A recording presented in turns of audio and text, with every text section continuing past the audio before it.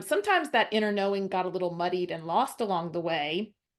And I would say I was living according to someone else's blueprint, which was the fundamental reason why I had so much burnout and why I chose to name my book The Phoenix Blueprint.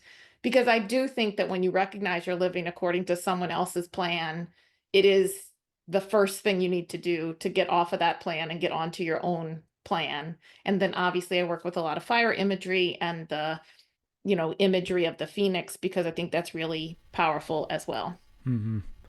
Yeah, absolutely. Yeah, and working with kids, I mean, that's some of the stuff I feel like, especially in the first responder world, as a paramedic, those were the hardest calls by far, was dealing with pediatric deaths and critical pediatric patients. So I think that's a great perspective to come from because, I mean, those ones are the hardest ones that we all deal with for sure.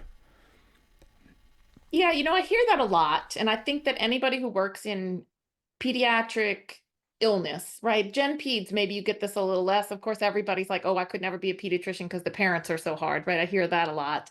But then when we work with anybody who works with ill children, or certainly dying children, I'll get it every single day. Like, I don't know how you can do that. I don't understand. It's so hard. I could never do that. Some version of that. I will tell you, I could never work in an emergency department.